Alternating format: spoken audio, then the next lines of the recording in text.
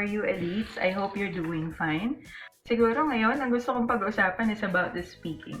I just got off with someone, one of my students na medyo nahihirapan sa speaking, and I find it okay naman yung performance niya, but it just lacks some confidence. So, ang gusto kong pag-usapan ngayon sa vlog na ito is how important is the confidence and the tone of voice pagdating sa ating speaking subtest. Kung malapit ka na mag-exam, dapat meron ka na yan, and what we're doing is only to polish your performance.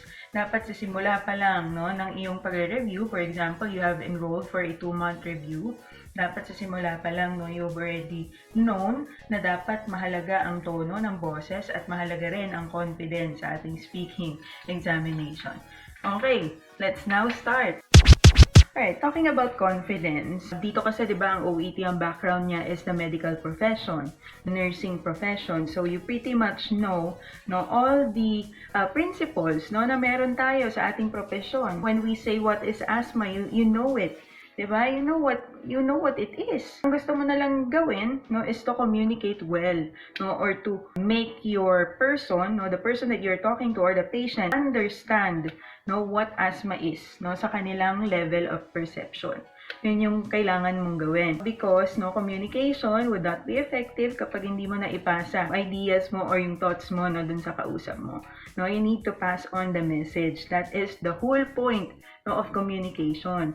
At dito sa OET, gusto lang naman nila na marinig na ikaw ay nakikipag-communicate. As a nurse, dapat marinig nila na ikaw ay isang nurse talaga doon sa iyong conversation. Kasi kapag hindi, you're not sounding as a nurse, you're not confident with the information that you're giving out, hindi ka sounding nurse na intellectual, baka hindi ka paniwalaan. Diba? Kahit concise, kahit direct to the point yung mga sinasabi mo sa pasyente mo, hindi ka kapanipaniwala because the tone of your voice really affects how you speak. Now, number 1, confidence. It goes a long way with our speaking examination. Gaya ng sabi ko kanina, put yourself in the shoes of the patient. Kunyari, ikaw ang pasyente. Yung nurse mo, tinanong mo, "Nurse, ano ba ang asthma? Nurse, what is asthma?" The nurse started to give you the definition, the exact definition, word per word in the book, verbatim. Ano ba ang asthma? Kaya lang ang nurse kinakabahan. O diba, hindi ka maniniwala, parang hindi naman kapani-paniwala tong nurse na to. Now, another nurse comes in, okay, eksperto kunyari, sounding confident. Sabi niya, okay, this is asthma. Mali. Mali ang mga impormasyon na binibigay, pero itong nurse na to, sounding confident, sinong paniniwalaan mo? Doon ka mas maniniwala sa mas confident na nurse. Now, that is the importance. Once you realize that, once it hits you, that you will believe the nurse na mas confident kesa doon sa isa na tama ang sinasabi. Sa book niya kinuha talaga, kabisado niya from the nursing school talaga, but the tone of the voice is hesitant, hindi mo siya papaniwalaan. So once it hits you, dyan mo malalaman na ang confidence talagang importante. So you need to make sure that everything that you will be uttering in the speaking examination would be really with due confidence. Alright? Okay, ngayon, sabi natin na the tone of the voice also affects your grade. Bakit? Unang-una sa lahat, you need to remember ito audio recording. Diba? Audio recording, ibig sabihin hindi kita ang muka. Ang assessor magbabase lang yan sa naririnig niya. So kung ano man ang masabi mo doon, ang tono ng boses mo ang pagbabasihan lamang nila. Because the face of the person shows emotion Diba? Kapag tayo magkakasama, magkikwentuhan, diba? Titingnan mo yung mukha ng kausap mo. Ano ba to? Sarcastic na ba? Is it a joke? Is it something funny? Doon ka palang tatawa kasi nakita mo sa mukha niya na parang natatawa siya, nagjo-joke siya. It's hard to predict kapag halimbawa ang napapakinggan lang nila would be your voice. Okay? Without looking at the face. Ganon ang pakiramdam ng assessor. Papakinggan lang nila yung performance mo through an audio recorder na ire-record, syempre, ng ating interlocutor habang ikaw ay nagsi-speaking exam. Sabi natin, dahil una sa lahat, it would be audio recorded. Hindi nakikita yung mukha mo. So, they would not know the emotion. Paano kung monotonous ka na kind of person? The tone of your voice, dapat umaalon yan. Kapag ikaw ay nag-e-empathize, dapat mababa ang tono mo. Kapag naman nagbibigay ka ng impormasyon, you should sound firm. Kapag naman nag-a-assure ka, dapat ang tone ng voice confident. Okay? Para ma-assure mo yung kausap mo. Ma-assure mo ba yan na hesitant ang tone mo, 'di ba? It's like you're selling something na hindi ka tiwala, 'di ba, dun sa binibenta mo. Bibili ba yung kausap mo? Mako-convince mo ba siya kung mismong ikaw hesitant doon sa iyong binibenta? Yun lang naman yon. Pangalawa, 'di ba, kailangan natin ingatan yung mga words natin na sinasabi kasi they could sound sarcastic if we do not put the proper tone. Ano yung mga yan? Ano yung mga sinasabi mo, Miss Kit, na medyo mga delikado na mga words? Sample, yung mga like what I said a while ago. 'Di ba? Na mga paborito ninyo? Like what I said a while ago. O 'di ba? It could sound, no, kapag mali ang nilagay mo na tono, it could sound sarcastic, para kang nakukulitan sa pasyente mo. 'Di ba? Oh, Mr. Anderson, like what I've told you a while ago, di ba para ka nakulitan? No? So you should put the proper tone on it. No? It's like you are informing the patient.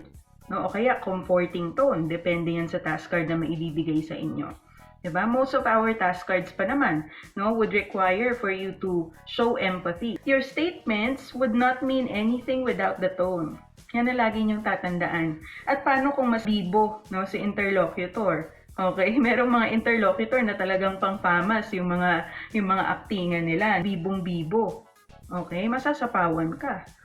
'Di ba? You could sound lazy or walang gana kapag ang interlocutor mo napakagaling, napaka-emotional, 'di ba? Maganda ang tono ng boses niya, and then you will give out that standard, no, or that average performance, 'di ba? Masasapawan ka. Magiging pangit, no, ang iyong magiging grade. Okay? So, let's put confidence, okay, on our performance. Yan ang number 1. Kasi without confidence, you will not be able to empathize, you will not be able to assure, you will not be able to convince the patient. Okay? Tone of voice, napakahalaga. Sabi natin, no, lagyan ng tono kasi hindi naman tayo nakikita ng mga assessors na yan, diba? They just listen to your voice on the audio recorder. Kaya napakahalaga naman. Okay? Diyan nila malalaman kung nag-empathize ka na ba, nag-assure ka na ba, diba? Nag-i-inform ka pa lang ba ng pasyente? Diba? Doon nila malalaman yan. Or, is it time for the nurse to wrap up the conversation? Diba? Doon nila malalaman yan. Okay? And I hope that you have learned, no, a lot from this vlog. I would encourage for you to enroll. You can message our Facebook page. One of our agents, no, would be glad to answer you, or my marketing manager would be answering you, or meron din kaming WhatsApp numbers that you can communicate with. No, you can chat or you can text also, no, yung mga numbers na available doon sa aming page. Okay? I would encourage you to review, to practice with us para mas mahasa pa, mas mapolish ang inyong mga skills. And do not forget to click on the subscribe button, the bell button, and the like button para updated kayo sa mga videos namin. Okay? Thank you. Cheers!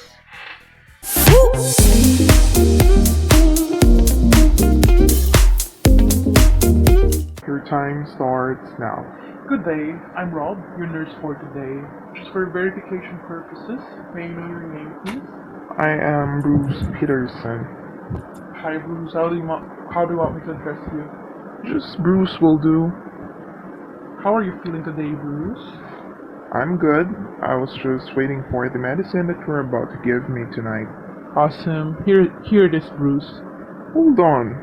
This is not what I'm supposed to take. I usually take a yellow pill at this hour. Why is it different now? This is wrong. I understand that you're confused right now because this is your first time seeing and drinking this medicine.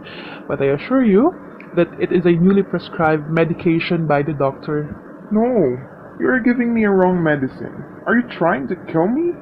No, Bruce. As I have mentioned, this is prescribed by the doctor. This is the same medicine that you have been drinking. As you have described it, the yellow pill. This is just with a higher dosage. What do you mean higher dosage? No, I am not going to take this. You are giving me a wrong medicine. You need to take a higher dosage of medicine so we can see some improvements, as you have been dealing with a heart disease for 4 years already. We need to make some changes since we have also observed that some of your medications are not being taken regularly as advised. You know what? I need to speak to my doctor. I'm not going to take this. Sorry, Bruce. I believe your doctor is not yet in the hospital as of this moment. Although, this medicine has been strictly ordered by your doctor. But I will only feel safe and relieved if the advice comes from the doctor himself. Oh, okay. I can ask the doctor to go here as soon as possible to explain the new medicine further. Good. You better make sure to send a doctor here. I will definitely do that. I'll be going now to talk to your doctor. Before I leave, is there anything else that I can help you with? No, just go tell the doctor to talk to me now. I'm actually wondering why I still have to take medicines like this. It's useless anyway.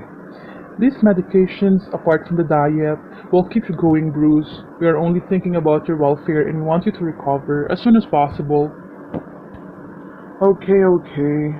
Now you think I will need to take this new pill? Definitely. It's for your own good.